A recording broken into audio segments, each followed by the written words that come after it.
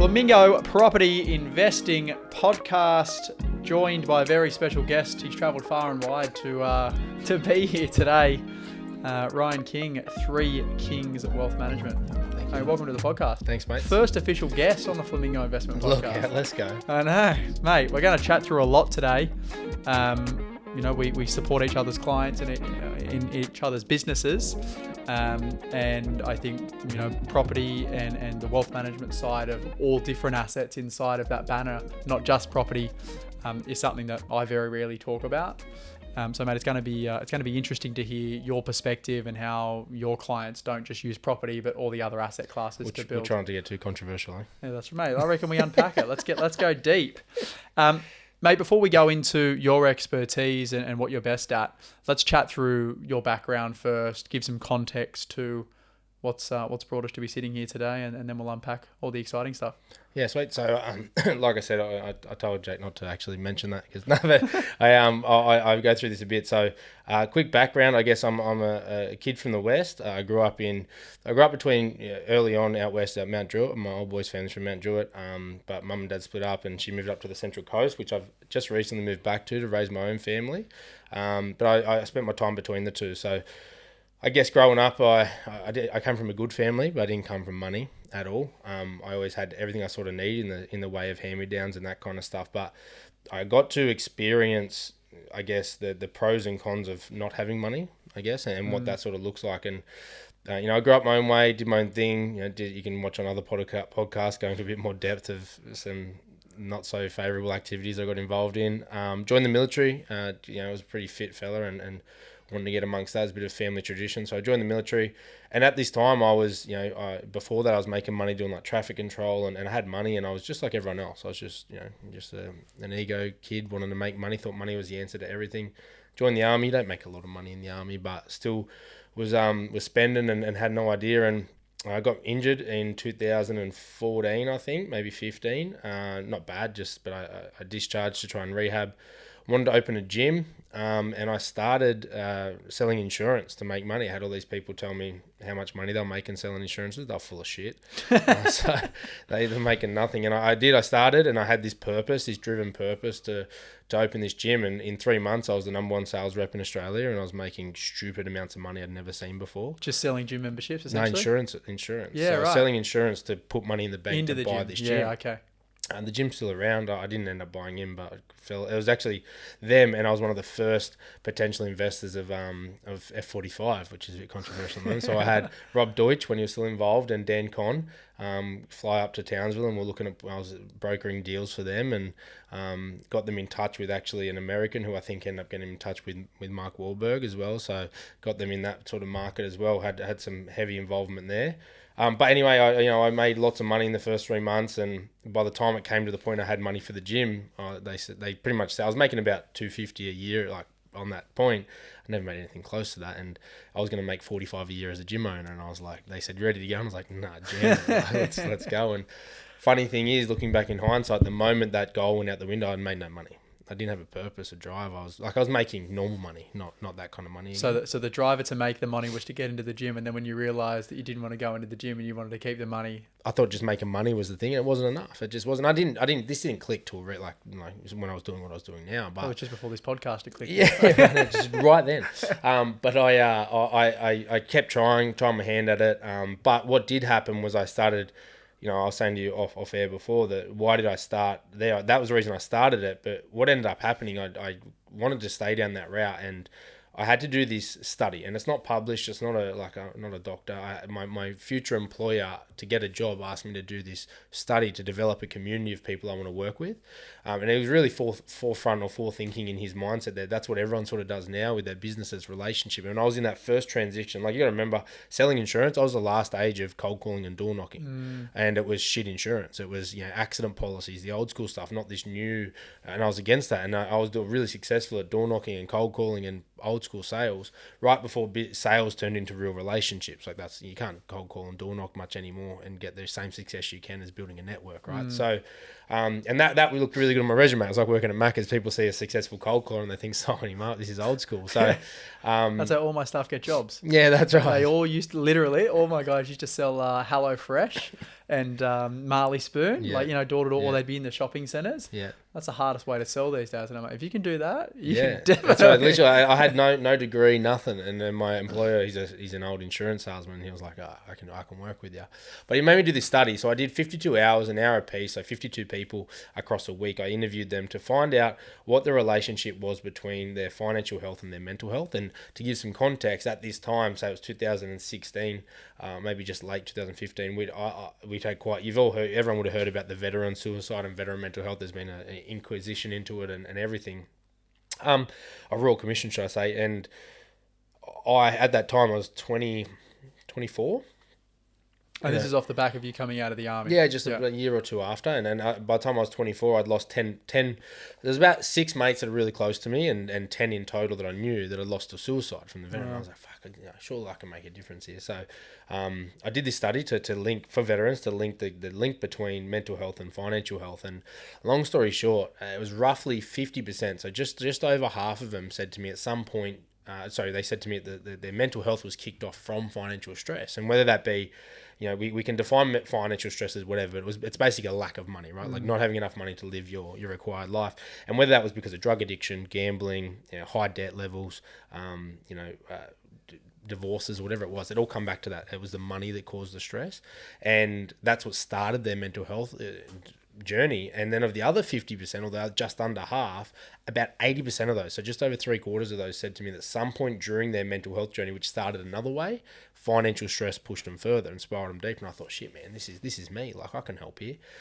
And in that time, and what was your financial capacity at that stage? Like, were you comfortable? You made decent coin? Not at all. No. So like, I still at that point, like, I come from a bit of the street life, I guess you want to call it, and we made fast money, spend fast money. I've always liked nice stuff.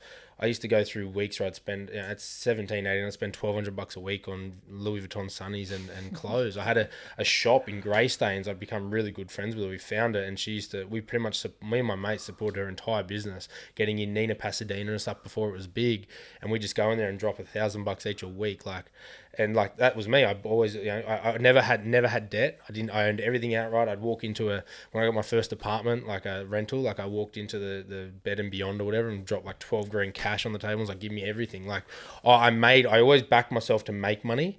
And I always had like 10 grand in the bank, but I didn't have any aspirations. My thing, and from my father's side, the King side, they're Mormons from Mount Druitt, and we're all salesmen. That's our thing. We're always known for that, and we can always make money. That's where your door-to-door salesman comes. They're all like that, and that's the thing. And so we'll get into this a bit later, but where my journey has come from is I consider myself an earner, and I believe everyone's either an earner or a saver. Like most people inherently are one or the other, and earners think that the answer to all their problems is earn more money, but they don't have the foundations or the traits to stop the bad habits that inflate as long as the income. And that's where I was. That was me.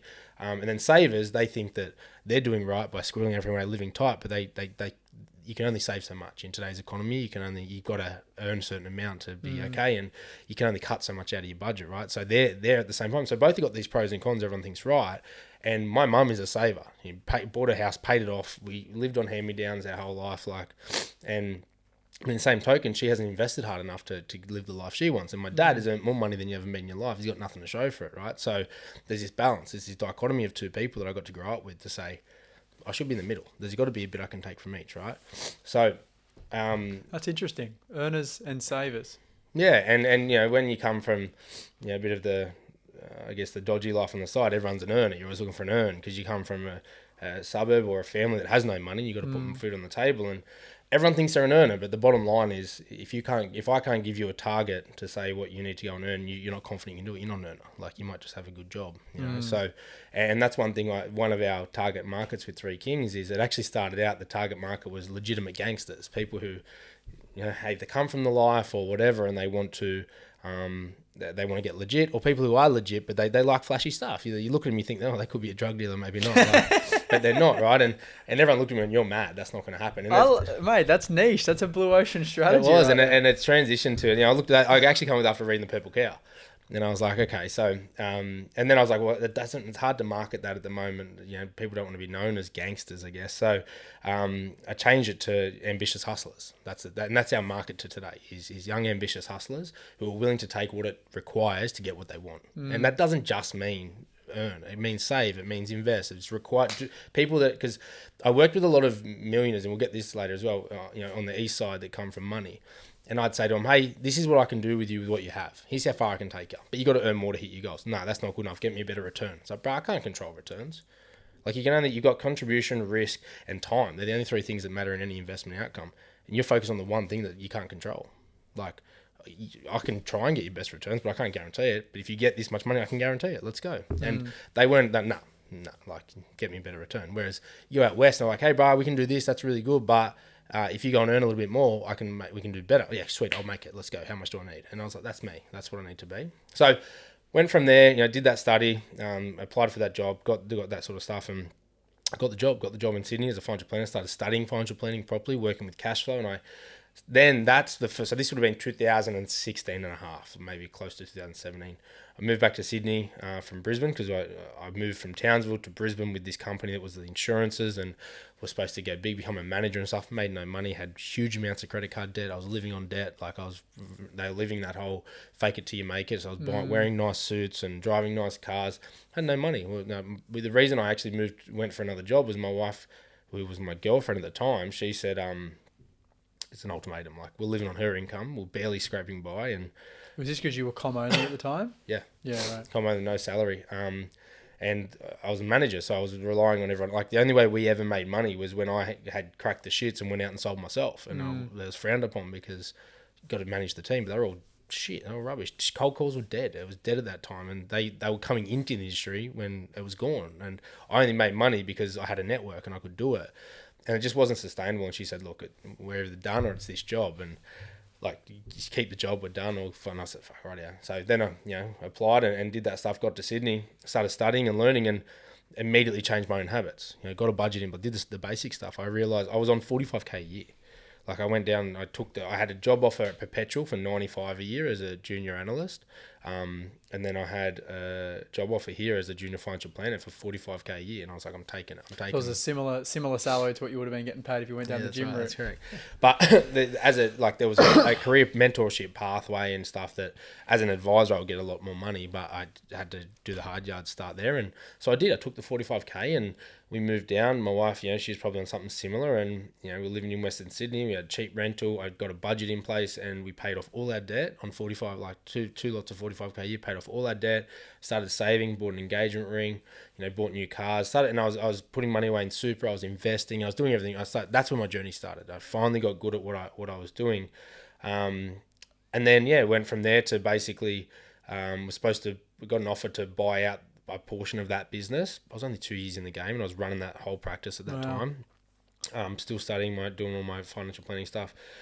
Wasn't ready to jump out on my own, and got an offer from one of the other big businesses in the licensee to go into the city and work in a city office and like big business. And I thought, I'll take that for a year, and then that was the agreement. I'll do it for a year and then I'll go on my own. Went there and it was again all fakes.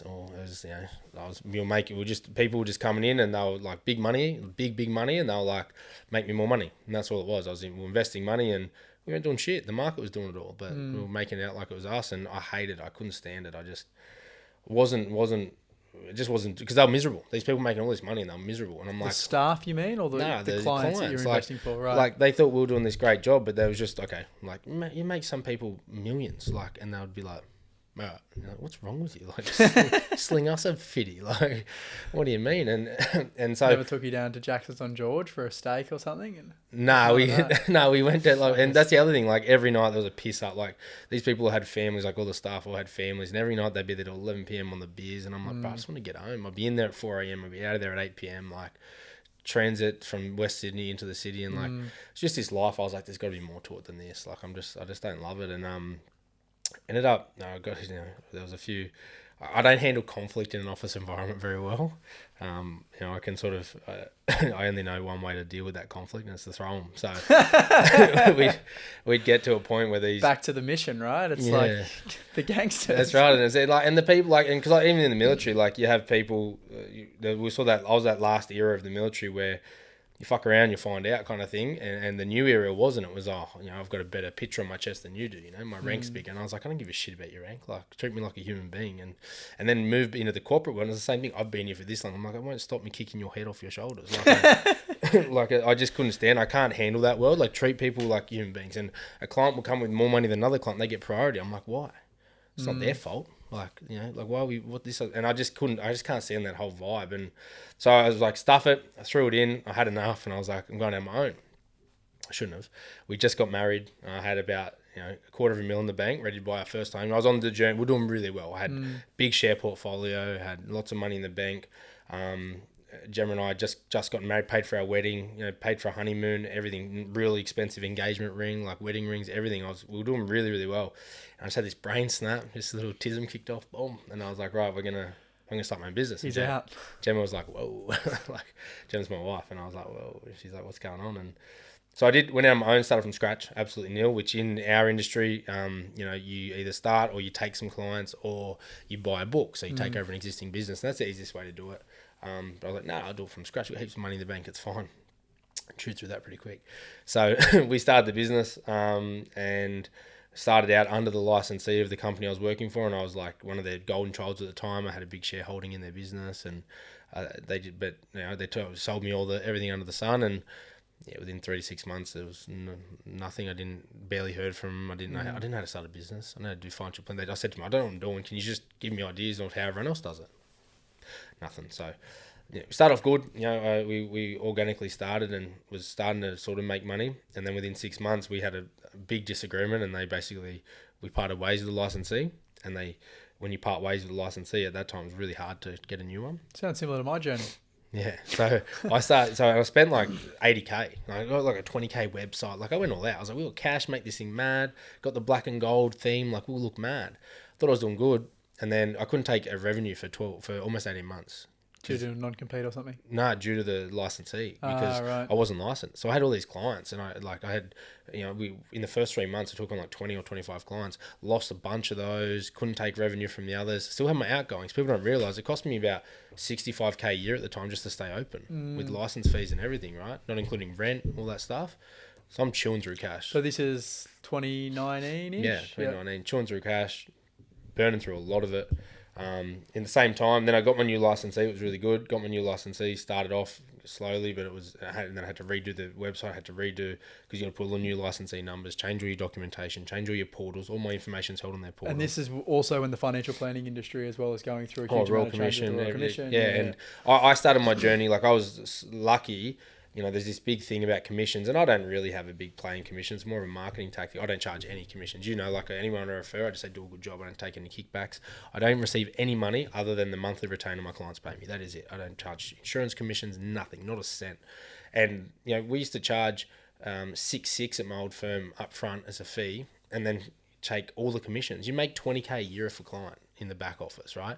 I make like 3 to 5 off a client now, which is fine. I run my business on it, but if I'd done it the other way, the start would have been a lot easier. I would have got a lot more upfronts, but I held it out and did that way because I wanted to be that transparency. I wanted to be transparent. I wanted to be simple. I wanted to be flexible. That was my business motto, and I wanted to go that way. So we kicked off and started, and been a slug through, and then we sort of got to a point where I thought we were good. Like I got to a point, and I had 2 of my best mates ripped me off about 150K. Paying off debts from and stuff like that, being the guy I am. And that almost sunk me. That almost sunk me because we were pretty much at the point where I started money in the bank. It's like, sweet, that'll last us enough to get the revenue turnover. Will be sweet. Did that, didn't get the money back. It's like, whoa, we're in deep water here. And it was pretty much at the time, like I pretty much was looking down the avenue of closing up shop, which I never would do, but was going to go down and throwing them, go down fighting, trying to survive. And I just got the hustle back into me and did the old, what I need to do. And got through that period, did some ridiculous number of clients in that amount of time, put the revenue through. And now here we are. Here we are with the thriving business. I've got 3 kings, and we've got the coffee business launching. We've got the back office staff. I've got a sports memorabilia business and a couple other things on the side as well. So we made it. We love to Mum, hear it. we made it. It's just the beginning. So throughout that journey, not only from where you come from, you know, having great parents, a great upbringing, but not necessarily having the financial means to do everything you want to do, then struggling through your personal life, you know, financially, then getting the business running, then having issues with friends that you helped out financially. Yeah. So you've had a lot of issues with money, and then you've also seen the other end of the spectrum where you have really wealthy clients in, you know, who are clients of big firms making a lot of money, but then not understanding and not being grateful for the money they're making, and, you know, just having the mentality of that's not enough. Yeah. We need more. So after learning all of that and going through everything that you've gone through, what does money mean to you now? So this is where I sort of differentiate from the others, and I have this philosophy that is the fastest way to be unhappy. The second fastest way to be unhappy is to make money for the sake of making money. The first way is to do nothing. So we often say, if you're not doing anything, starting the journey by trying to make money is fine. But if you maintain that forever, what is money at the end of the day? Money at the end of the day is just a vehicle to buy and do things you want to buy and do. And if all you want to do is put zeros in the bank account, that's not going to be. There's one person in the world I know that does that because that's what they want to do, and that's Warren Buffett. How do we know that? He doesn't spend shit. He's got a shit house, a shit car, and when he dies, he wants to leave it all charity, right? Like, that's the only person. Just loves the game. He loves the game. Everyone else, and there's probably, you know, Charlie Munger and around him, but everyone else I even met, and we talk about Grant Cardone, we talk about everyone else like in other industries. You go, why? If you dive into the depths of why do you want that? I want the Range Rover, I want the nice house. And people get really weird about saying that because it's materialistic, and they think it's better to say, I just want more money. No, it's fine. If that's what you want, that's cool, but put a price on it, right? What does that then cost? So then you know what the fastest way to get to that number is, not just keep chasing zeros, because then it's never going to be enough. I'll just get it, in the next 100 grand, I'll do it. Oh, wait, hang on. If I did another 100 grand, I'll do it. It's like, you're never going to get there. It's just the vehicle to the goal. So what does that look like? And so ours is money fit for purpose, right? It's about we've got a three kings, 3 steps to success. Is find out what your dream life looks like, figure out how much it costs, and then put the plan in place to get there as fast as possible with the lowest risk needed, right? I love that. So essentially reverse engineer the end goal from where you are right now. 100%. And people, when I say that lowest risk needed, they go, oh, especially in the crypto phase, right? People sitting there going, oh, lowest risk doesn't mean low risk. It means what is the lowest risk required? And that, if your dreams are super ambitious, you got zero money, guess what? Your lowest risk is super high. Like, leverage up, brother. Like, that's it. But it doesn't need to be. That's all it is. It's not about, well, what's the best asset? Well, what's the goal? What's the purpose, right? If I want to live a life from tomorrow that I can just pull money out left, right, and center, I'm not going to go and buy a big audacious unit block, right? Like, I can't sell the lounge room of that unit, right? I want to have some liquidity. Does that mean that shares are better than property? No, but for that goal, it does. If I want to leverage up and generate huge amounts of wealth over the next 30 years, I'm not going to do that on shares. I can only leverage it 2 to 1 max, whereas I can get property and go 9 to 1, right? Like, that's the difference. Like, it's about looking at what is your goal, what's the purpose, what does the end goal look like, and how to exactly reverse engineer it to get there. And then how about something that you said, what I thought was quite profound before we jumped on, was around how you see money and time and how they correlate. So we trade our time for money. The manifestation. Yeah. Run us through that. I think that was really good. So the thing that we run with our business realistically is what's the purpose, right? We say fit for purpose money, and everyone thinks they've got these crazy goals, but when you dive down, it's all very similar, right? And the process is very similar with slight contextual differences, right? But the bottom line is, like, and this is what we sell our service on, is you need to be able to make sure you're okay tomorrow, right? But enjoying the present at the same time. So that's our thing, is helping your ambitious hustlers get what they need for tomorrow while still not sacrificing the present to get there, right? Because that's sustainability. Because at the end of the day, we're not all promised tomorrow, right? That's a guarantee. And we're reminded that every day usually, right? Yeah, that's right. There's always something happening in the world. That's right. So why would you put all your squirrel everything away for that future that's not guaranteed? What you can guarantee is that you can have fun today. But then that's where people go, this or that. Well, I'm saving for tomorrow. That's not guaranteed. But also, if you're just living today, being able to survive tomorrow is not guaranteed. So let's figure the balance, right? And the way we come up with that is, you hear everyone always talk about what's the most value, and having children. I've got a 2-year-old now, and we're 2 months out from number 2. And you want to put price on time, have children. It's off its head, right? It's ridiculous. But we say time's the most valuable commodity, and every motivational YouTube video ever says that, right? Time's the most precious commodity, and it is. And when you said what you were about to say to me, you always think time's the most valuable thing, but there's often things that we that we do in replacement of getting Yeah. back time, which is stupid, right? Which it's hard to contextualize. It's easy to say time's the most valuable thing when you've got heaps of cash in the bank and you can buy as much time as you want. That's right. Then when interest rates go up, it changes. Yeah, that's right. And then now You start mowing your own lawns. Yeah, that's right. I'll never do that. But that's the thing, right? Is that we say time's the most precious commodity, and then on the flip side, we're constantly looking at a lot of people's lives. Our lives we put money on a pedestal, and we're controlled. And one of our big things with our clients is immediately the money mindset goals is to take power back from money. Because if you're letting money control you, and that can be from an earning capacity or from a saving capacity, you're too much on a saver because it's controlling you, or you're spending too much so you're trying to earn more, it's controlling you.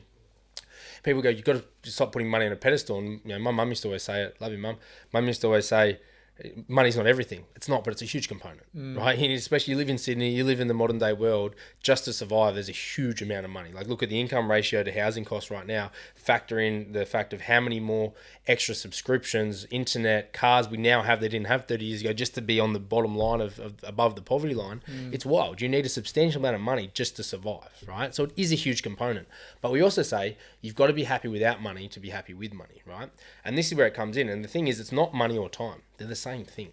People don't realize this. Is if we break it down and go, well, if we all know that time is the most valuable and precious commodity, and we're reminded that every day, and when we're on our deathbed, it's one thing we'll all think about. So how does that then correlate to money? Well, what do you spend to make money? That's your time. It's a physical manifestation of your time. You're going to spend your time to make money. So we put so much purpose and put it up on a pedestal because it's that thing we can hold. Same conversation about why do people like properties over shares? You can touch it, right? You can't touch time. You can just spend it, right? But you can touch money. You can see money. You can actually have a physical manifestation of your hard work and time. But that's where we all stop. We focus on, well, that's the outcome of my time. No, it's supposed to be the intermediary, right? It's supposed to be that you spend your time to make money so then you can in some time future buy time back. And we do it every day, whether it's, you go and have a slap on the pokes, or you go to the pub, or you take your kids to the theme park. Like that's getting time back, right? Taking your kids out for ice cream or going on a shopping spree, that is you doubling up in that moment. You're spending your time plus time you saved on the side, right? And that's what it needs to be, but we forget that. And if we can understand that, that's why we prioritize money, but then put the real purpose behind money, which is to get time back, we can change our whole money mindset to really appreciate the process a lot more. I like that. So when you're actually spending money, I know for me moving forward now after hearing that, when I spend money, it's going to be a conscious thought to think that what I'm really spending is time that I put the effort in to get this moment right now. And savers understand that really well. You think you see posts where a lot of really successful people, you're spending same. I got no drama with it. But the thing with savers as well, and you see this in post, a lot of successful people talk about my life changed when I stopped thinking about that I was spending $10 and I was spending 30 minutes from work based on your hourly rate, right? Same thing, but it just stops there. Everyone just stops it at the money point. You got to understand that's why you find money important, but what's its real purpose, right? Don't stop it at just money, because then now money's on the pedestal. If you can keep time on the pedestal, change that whole formula around to be more powerful for yourself. I like that. And for the clients that you look after now, they're the young hustlers, ambitious at heart, and you're not just helping them with managing their money and creating more time in the future, but you're also helping them around that money mindset, right? That's the first thing we do. Yeah. The first step we do with every client that come, we do a 3-month cash flow money mindset strategy. It's about... what does that look like? So the first Let's month... hypothetically say that you're 23, 24 years old, just got out of uni, or you've got your first job, you're earning 80 grand a year or 90 grand a year, and you're like, I don't want to be... You got none left over because it's all in rent in Paddington. I don't want to be poor. So the first thing we do with every client that comes aboard is our 3-month cash flow money mindset strategy, and anyone can do this at home. And I put this out on social media all the time. The only difference I add is accountability, right? But in the first 30 days, so we do a budget, assess their budget, assess everything. The first 30 days, I go, right, we're going to allocate what is a necessity, what are your real necessities, what are luxuries, and what's left over. The first 30 days, we put a halt on anything that's not a necessity, and any necessities that are a bit wanky, we'll change them up. We'll get a look at Netflix necessity, right? So I believe I'm pretty loose with my necessities, like gym, subscriptions, things that can keep your minimum happiness level of lifestyle. Like that's thing, that's necessity. So I'll take it back a step. In our first meeting, we do an exercise to say, right, and I'll ask this question. You can all do this at home as well. Is if I said to you, in the next 12 months you're going broke, You run out of everything, right? If you don't change shit, in the next 12 months, you have no money, you're going to sell all your properties. That's what the RBA is virtually saying to me now. That's right. Screaming down your throat. And I said, to change that, we've got to stop spending anything that's not a necessity, right? And I keep this vague to try and gauge what people's level of necessity is. And I say, you can only spend money in the next 12 months on things that are classified as a necessity. What are the top 3 things that you think you would miss out on the most that don't come under that category? Right? And people come through and you listen to what they say, and it'll be often something like gym. And I'd classify as a necessity, but I don't give them that gauge. I say, okay, the gym, maybe Netflix. Often it's dining out and beers with the boys or golf or something like that, right? Coffees, right? Little things, whatever. And it can be a little bit, maybe a getaway. And so we label all that down and say, right, so in a 12-month period, if you could get away twice, you could go out for a dinner once a week, you had your Netflix, and you could maybe go for a beer with the boys once a month, you could sustain that for 12 months. Sweet, you add those up, that's not expensive.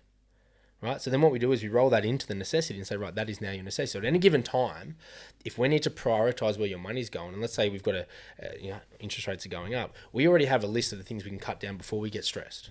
Because when you say to people, what's financial hardship? And they say, oh, if I can't pay my mortgage, bro, that's way past financial hardship. Like you should have known way before that point, right? And this gives us a gauge because now we can cut everything else out. And if we start to cut on the dinners a week, get away, we go, well, now something needs to change now. You know? I like that. And so then what that leads into is we then have the basic. We then create a necessity list. Everything plus those things is your necessities. For the next 30 days, this is the first 30 days they come on board. Next 30 days, I want you to not spend anything. And that's why I say I don't give them gauge. What about this? I don't want you to spend anything. Spend as little as you possibly can. We give them a spending journal that each week tracks. Every Friday they sit down, they track, what did I struggle with this week? What did I find really hard? What was easier than I thought? And the questions change every week and then get a summary at the end. At the end of the 30 days, we then catch back up and we would have set a target to say, well, if you didn't spend anything, here's how much should be in the bank. And then we gauge that against what is in the bank, and then we have a discussion. The most important part isn't the numbers, it's the discussion. What did you struggle with? Well, you know what? I actually didn't mind having coffees at home. And I'm not someone that sits there and say, you want a house, stop buying coffees. I'm buying a coffee company, like load up. But it's not about that smashed avo or the coffee. It's about what do you prioritize? What actually gives you the most amount of value for the dollar you're spending? And for me, I love coffee, but I had to do this for myself because I was buying 2, 3, 4 coffees in the office every day. The money wasn't a problem. I was still saving, investing. It didn't affect me. But every coffee became a habit, and I didn't taste the coffee anymore. And so the dollar per value I was getting was minimized. So I cut it out. And then all I did was every Wednesday morning, every Saturday, I went to the cafe, I sat down and had 1 coffee, right? Didn't change my bank account, but the value I got per dollar spent on that coffee was tremendous. Right? I like that, yeah. Much more consciously spent. And that's the thing we're trying to get in the first 30 days. We're trying to develop a conscious mindset. If you can take anything away in your money journey out of everything, become conscious. Just stop before everything and think, is this the best thing is this going to make me the happiest of what I'm doing right now? And if it is, spend it and never think about it again. If it's not, stop. Because what we want to stop is those spending times where you spend and then you go back and go, fuck, I shouldn't have done that. Unconsciously spending. Yeah. And what I've found in my own journey is that unconscious spending increases tenfold as when the income comes. 100%. It's that inflationary period, and in our process, once we do that, so we do that 30 days, then we assess and we say, okay, we figure out what you struggle with. Then we set on the next 30 days. Next 30 days, I then give them a budget. I say, well, here's your luxury budget. We set up a luxury account. You're allowed to spend that. And I make it less than what is there. And now we're overlaying consciousness with discipline. So now you're allowed to spend, but you got to stop. Once it's gone, it's gone. So you got to prioritize and choose effectively. In the third month, we then reassess and they make some tweaks. We do 1 month of what we think the perfect budget might look like, and then we roll on from there, right? And is there, high level, everyone's going to be slightly different, but is there rough percentages when you're like, okay, let's hypothetically say that you're trying to get into your first property. Is there roughly like a percentage where saving, there's a percentage that goes to your necessity living expenses that you talk about, and then a percentage that goes to your luxuries? Yeah, so the big thing with money is balance. Balance is the worst word. You got to take kind of an industry super fund approach to balance, where they say it's balanced and it's 80-20. Yeah, it's 80% growth, 20% defensive, and it's balanced apparently. That pyramid will tip over, wouldn't it? So balance we think of as 50-50, right? But we have this wealth triangle that we talk about, which is 3 pillars in life that really to be happy you need to be is you need to have health, you need to have money, and you need to have lifestyle. And when we think of balance, we think 33, 33, 33, right? But you got to understand... Kings. Hey? 3 kings. Yeah, 3 kings. Everything I do is 3. You'll hear 3 kings, a lot of 3 things. But everything you do, when we say balance, sometimes that means something needs to be 20, something needs to be 80. All right. So this is where the journey comes into with percentages is when you're trying to get into a certain thing, you might need to go 20-80 on the spending for a bit, but then we can flow it back out, whatever it is, right? But balance is fluid. Balance needs to be fluid. So it's contextual to the point. Yeah, correct. But if we're looking at an assessment, and we do have this in our budget, we have an automated sheet that comes up and analyzes is, if we break it down to three things: necessities, luxuries, and tomorrow. Because at the end of the day, you need to survive, you need to be able to enjoy yourself, and then you need to be able to look after tomorrow. Where we sort of have a flag is our minimum structure for someone when we put red flags up is if they're more than 60% on necessities, right? Because if you have a 60% on necessities, so living costs, that gives you 10 to 20% on living, which we usually break that up into 10% on holidays, 10% on just day-to-day spending. And then the last one is that gives you 20% to get ahead. Now, if you can't save/invest 20% of your income, you're going to struggle to get ahead. I don't care who you are, right? It's in today's day and age, even 20% is not enough, but that needs to be the bottom point. So that gives us a flag to say, okay, if you're over 60%, we need to either earn more money or spend less. Ideally, we do a mix of the two, right? Either you go, well, if you don't want to make changes, then you need to earn this amount to make that become under 60%, or you need to cut down under that number. We try and blend the pattern together. Also tells us in current environment has been really helpful for us is from a leverage point of view. If your necessities are over 60% based on your leverage position, you really need to reconsider going. And a necessity meaning your mortgage repayments, for example. Correct, mortgage repayment, right? So the principal component of your... It's super interesting, actually, because I had a guy reach out to me yesterday on Instagram, run me through a scenario, said, I've got this property, it's worth X. If I sold it now, I'm going to cash out X amount of dollars. If I hold it and my rate goes from fixed to P&I, it's going to start costing me $400 a week or something it was. And he goes, what would you do? And I said, well, what I would do is probably not contextual to what you should do, right? Leverage up, double down, get a personal loan. So I said, look, if you feel like when this loan comes off your fixed period that it's going to send you in a bit of a spiral, you should sell that right now. Yeah.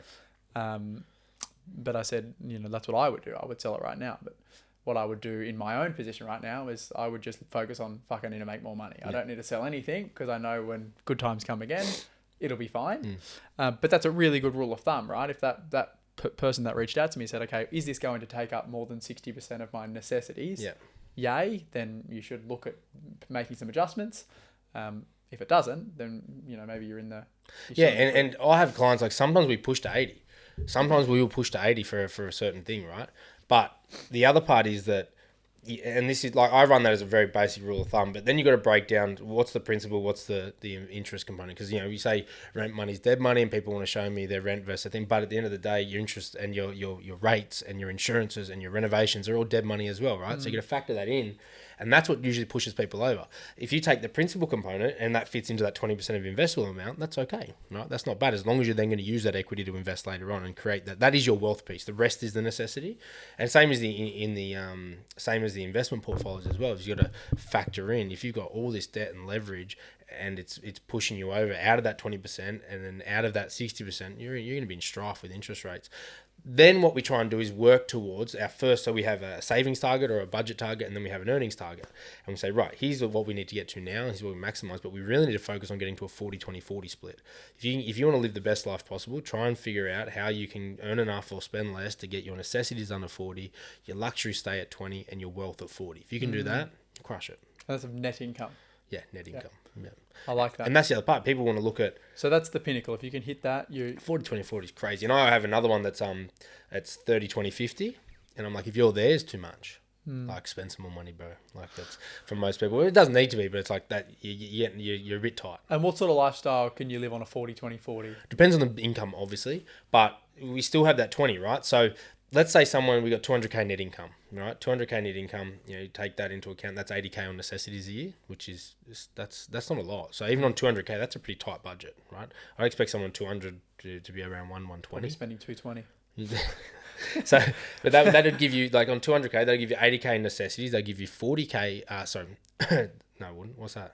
Numbers, yeah, that's right. 20% would be 40. And then that would give you 40k a year in luxury. So if we take, that's the living component, right? Which works out to be about $800 a week. Right, and break that down. If that's 40k a year in luxury, that's 20k a year in holidays. We break up 10 and 10 for most people. If you like holidays, you can do whatever. That's 20k a year in holidays, which is great. Most people don't spend most people, 20 grand's a good holiday. that's brilliant. You could do two, like we did, my wife and I did 24K a year, right? So we do two 12K holidays a year. That's a family holiday. Like that's a decent whack.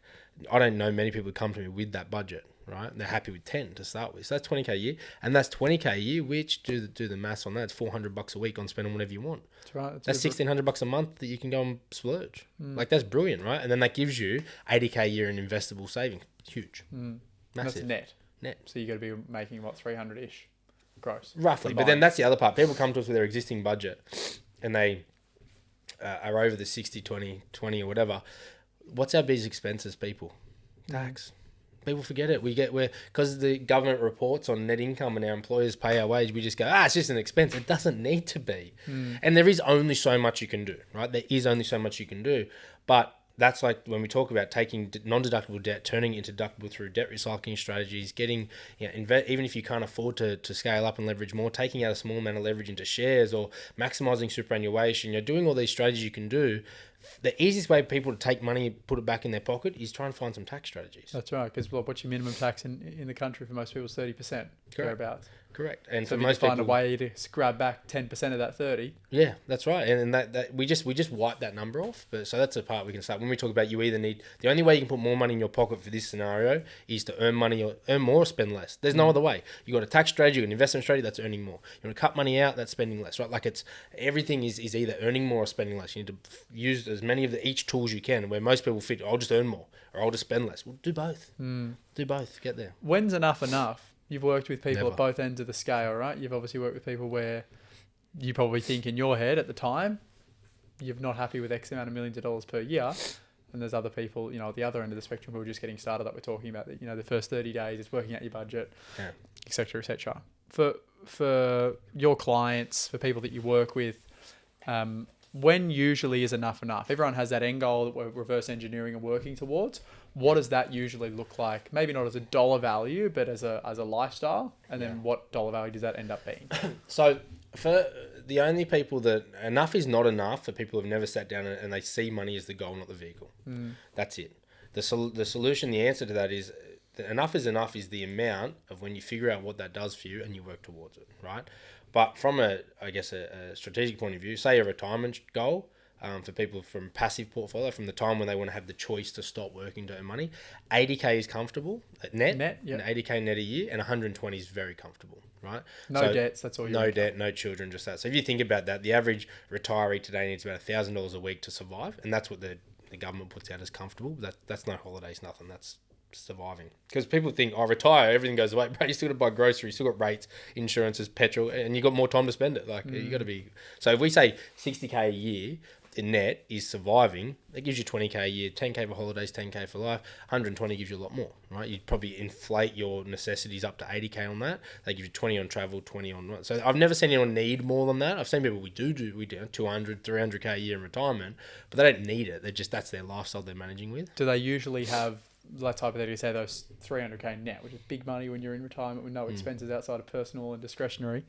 How much is usually left over? Are they still doing their budgeting, or is it just So I've never had an abundant. So we've got two classifications or three. You got financial security, financial freedom, financial abundance, right? Financial security is basically saying you still have to get up and go to work every day, but if something goes wrong, your family's okay. So that's having estate planning, insurances, superannuation, like a house in place, that's security. That's what it is. And people skip that and try to become financial free. You need to be financially secure to be financially free. You don't need to be financially free to be secure. So start there. Get that ticked off. That's a good place to be, right? Financially free is you can choose whether you got time to work or not, but you've got a budget. So you might be 100K a year, but if you go over that and spend 200, you could be in trouble. Financial abundance, it doesn't matter.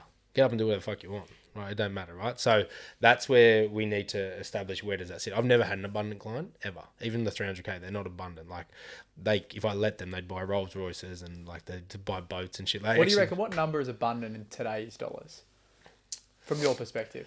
So this is the thing, right? And I do this with everyone when we figure out that number. Is if I say to you, how much do you want in retirement? I get people all the time, $1 million a year, and I sit there and go, cool, spend it. And they go, I'll give you 100K a year to live on. I'll give you 100K a year in holidays, right? So that's 200K straight up. I'll give you that 100K to live on, 100K to spend. So you got 200K. You've still got 800K left. What do you got for me? Oh, I don't know. Right. Okay. Well, let's give you a new Rolls Royce every 3 years. Let's give you a boat, right? And you factor all that in. We're talking like people struggle to spend 600K a year, right? Like struggle. If you let them go at it. Yeah, of course, you give me a mil, I'll spend it. But every year, 600K, it's hard. The number really that I've seen that net is about 2 to 240. So 200 to 240 is, I've struggled to see people spend over 250 is like the cap. So that you own your house, you probably own your car, for example. Well, even that, I factor into that, like a new car every couple of years, like in a nice car too. Like you remember, Rolls Royce only $7,000, $8,000 a month, like if you lease it, right? And you're getting, if you're 240, you're on what, 20 grand a month thereabouts. Yeah. So, yeah, 240, 250. I think anything above that's abundant. I think that's the cap on budgeting. If you're earning over that, you've got money to blow. Like you're buying G6s with that. Like. So essentially, there's a 3 tiers to when enough is enough, right? Yeah. Like if you're in that first tier, then you've got work to do. I don't think so. I think financially free is the tier that's enough. But at the end of the day, like enough is enough at financially free. Where and I tell everyone I speak to, the best way to get there, to do that in the least path of resistance, the best way to get there is to find something you love doing, do it every day and get paid for it. Because what do I see in retirement? I don't see people playing golf and kicking back. They start doing shit they should have done 30 years ago. Well, my dad literally just gone into retirement 2 weeks ago. He retired, 63, and he had 1 week at home. Now he set up an ABN and he's contracting back to us. That's what I mean. Like do a little handyman job. No, because he needs to, because he's like, fuck, I'm bored as That's what I mean. And so I try and tell everyone, like, I've never seen someone go into retirement just kick their feet back and be like, this is the life. And usually if they do, they die. 100%. So, and they might do things like they travel but they always start a hobby. And so I always impress onto my clients now, let's figure, we always try and start a side hustle and find something you love doing that you can get paid well for and do it. Because if that's all you do, and that you do that every day, and that's what you would do not getting paid, and you get paid enough to survive, that is financial freedom. You're going to do that anyway. Like, why not try and do it now, where we all think, oh, I'm just going to make heaps of money so then I can pay myself to do that. Let someone else pay your retirement. Like, and so we look at that, and you know, the problem is you say call it your passion, which I don't. It's not always a passion, but some jobs you can do and get paid for, some you can't.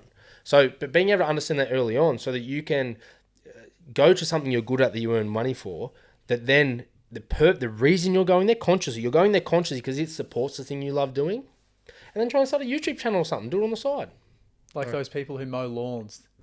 Mowing lawns used to be not a great job, but now, mate, if you mow lawns and you've got lawn porn on social media... Shout out to Damo from the Hills Hedgeman. That is just like, mate, like those lawns where it's just looks like a bowling green, the edges are... One of my best clients and mate, and he's actually a business partner in 3628, it's our coffee company. He's a Hills Hedgeman. Look him up, Hills Hedgeman. He just does hedges. Man, we built that. Like, he was a landscaper, and I was like, what do you want to do? He goes, I love hedges. I was like, let's go. And we started the business, killing it, crushing it. Mate, that's a proper thing. Yeah. Lawns, hedging. Yeah. Just even like got another client whose mum does, like, she's retired, but she from home, she's got the wooden hammer on Instagram, and she makes chopping boards out of like trees and that, and it's fucking mad. Like, see, Gary Vaynerchuk, which most people who follow me would know, like, he's a huge advocate for that. You know, like, if you're earning 200 grand a year doing a job that you hate, which sounds like, you know, you were at that stage in insurance and then also in the corporate financial planning, earn 50 grand a year and do what you love. Yeah. Because that's going to give you a lot more fulfillment than and I get like in our industry, especially in my area, like I'm not a huge social media influencer, but everyone in the industry knows me. It's coming. Yeah, everyone in the industry knows me because look how I dress, right? I turn up to conferences where everyone's in a 3-piece suit and I'm like, what's going on? I've got me a man bag, I've got a bum bag on, I'm kicking around in TNs, I don't give a fuck. But they so they all know me. They know who Kingy is from Three Kings, and because I'm the only one in my industry doing this niche, right? Everyone else, you look after retirees, you make millions.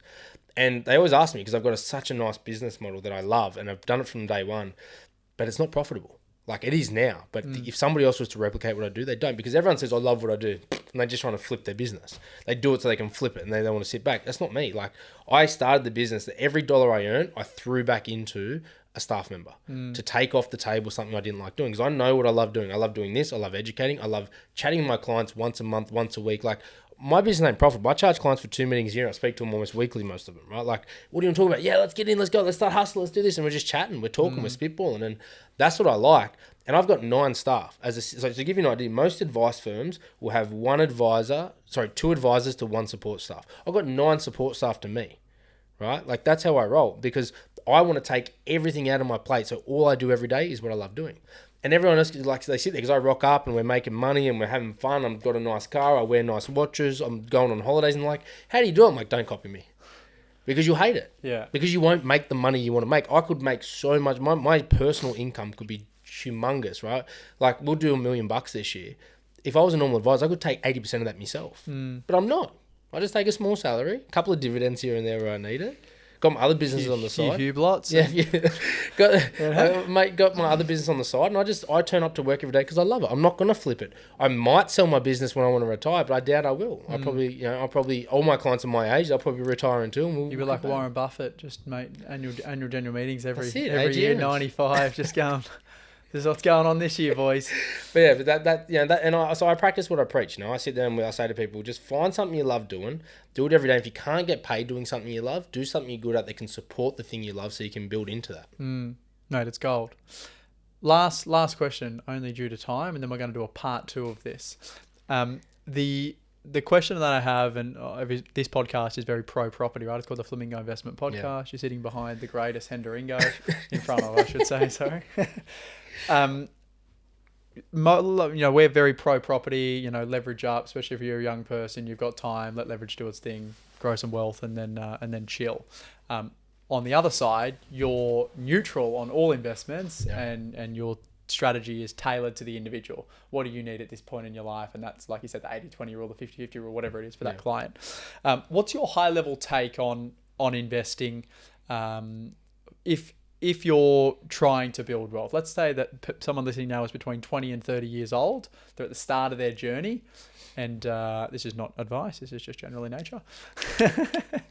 And they're looking to build wealth. So outside of you need to put aside your percentages for investing. Like where should they be, and how should they invest? Yeah. So I guess the bottom line is we've talked about this a bit, and we'll do a bigger one on this, is that people have got to stop being this or that. Right? You got to stop saying property's better than shares, or an accountant's better than a financial advisor. Like, everything has their role, and everything has a pro and con. And when you're weighing up your journey, you got to look at the pro and con, and how does that fit what you want to do the most, right? If we take into consideration, let's just do the typical property versus shares debate. We love both, right? But at the end of the day, property and shares over the last 30 to 50 years, net returned roughly the same. Shares just slightly outperforms because it's got a net benefit over costing from property, right? But that doesn't mean it's better. What is the pro and the con? Well, the pro of property is that you can leverage the shit out of it, and that's the real benefit. People don't love property, they love leverage, right? And that's its benefit. What's its downside? Like I said before, if I retire and I've got 2 properties, right? And this is where people get wrong. Property is great when you have 10 plus from a retirement portfolio. But when you've got 2 properties, you want to go on holiday for $100,000, you can't just sell the lounge room, right? It doesn't happen. And if you've got one tenant there, you got some tenancy risk, you're cooked, right? So its problem is liquidity. Right? It has that liquidity, and it's got pretty rubbish yield from a bottom line. Its pro is growth on leverage, right? Shares, on the other hand, can't leverage as hard, but it's very liquid, and you can get good dividends, good income out of it, right? So that's pros and cons. So when we're looking and saying, well, what do I need to do? Well, where in that piece do you fit? Do you need income? Do you need liquidity? Do you need growth? What do you need? And factor it in and going from there. And we talked before, if we're talking just a young person our age, right? A young person wants to start. My favorite strategy, and this is not advice, but if you did this, you'll be fine. You go out, the first thing you should do is try and find your home, right? Now, you should start a pathway towards what your ideal home looks like. And if you can't afford that, purchase something in line with that. So if the market goes up or down, you're in the vicinity of what's happening. You're not priced out down the track, right? So you're not going backwards. Yeah, and also have that first place. If it's not your ideal home, it should be something that's a decent investment. Potentially, you could even buy your future retirement home, the thing you're going to downsize into. If it's an apartment or something like that, start there. So if everything else falls to shit, you're still happy to live in it. You got a roof over your head, right? Because everyone needs money to live on and a roof over their head at the end of the day. That's what they need. Get into that. Get some, pay down some non-deductible debt, generate some equity, and start, using that equity to leverage into property or continue your growth strategy. Make sure your foundations are in place. Top up your superannuation to look after you from 60 onwards, because at the end of the day, if you're going to be retired at 50 or 40, you're still going to need money at 60. It's the only place you can generate tax-free income. So keep that going. It's also protected from creditors and liabilities, so it's always going to be there. So if everything else falls to shit, you can afford to take more risk because it's safe over there. It's good to go, right? Is that true? Yeah, so if you ever went into liquidation or bankruptcy, your money inside of superannuation is protected? 2 structures. So this would be a hot tip. This is why business owners who say to me, I'd rather manage my own money and they're morons for not going to super, is you can run your business hard and have funnel some money into super, and if you go into bankruptcy, it's still there. The other one is an investment bond. So child bond or an investment bond is the same thing. After 10 years, it's tax-free. So we use that for a lot of pre-retirement strategies. Let's say you set up your super from 60 and an investment bond from 50. Retirement at 50 on 200k a year is not a bad worst case scenario. How does an investment bond work? So an investment bond, so you got bonds, like government bonds or credit bonds or whatever, which is basically lending money to the government. Mm-hmm. An investment bond, they come under usually like a child bond, like an education bond or whatever. They're just basically a similar structure to super, like a trust structure. You put money in it, you can invest it, you can keep it in cash, or you can invest it in the market, whatever you want. They've got rules, but you can invest it whatever. It's internally taxed. So for people who have a high tax rate and you take shares and that hits your tax bracket, that's bad. You're losing money. Where this is all internalized at 30%. So it stays in there, it doesn't hit your tax bracket. After 7 years, 33% of that, if you take it out, is tax-free. After 8 years, in the 8th year, so it's 33% tax-free. In the 9th year, it's 66% tax-free. And in the 10th year, it's all tax-free. And can you keep adding to it? You can keep adding to it up to 125% per year from what you did the year before. But you just flow it out. So you structure different things, right? And you don't take it out. You leave it there and you draw down the capital or draw down the investment on it tax-free. So if you did that from 50, you could have 200 grand a year tax-free. And you know, this is an example we say with say, for example, property. You want a 200k a year from property tax-free. You've got to have approximately 4 to 5 mil in debt-free assets by 50, and you work that out how much you need to grow each year. That's a big number, right? Debt-free. Huge.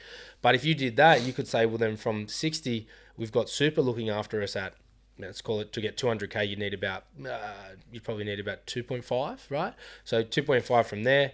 But you've got a longer time to generate that compound. So it's a lesser amount to get in there. And then you said, well, then I just need my bond to take care of me from 50 to 60. 200k a year over 5 years maximum, right? Over 10 years, sorry, maximum you need 1.5, 1.6. So now we're at, maybe 4 mil, but to get there is a lot slower. And then everything else is bigger. You drip down the investment bond until you hit 60, then super kicks in. They're both protected from creditors.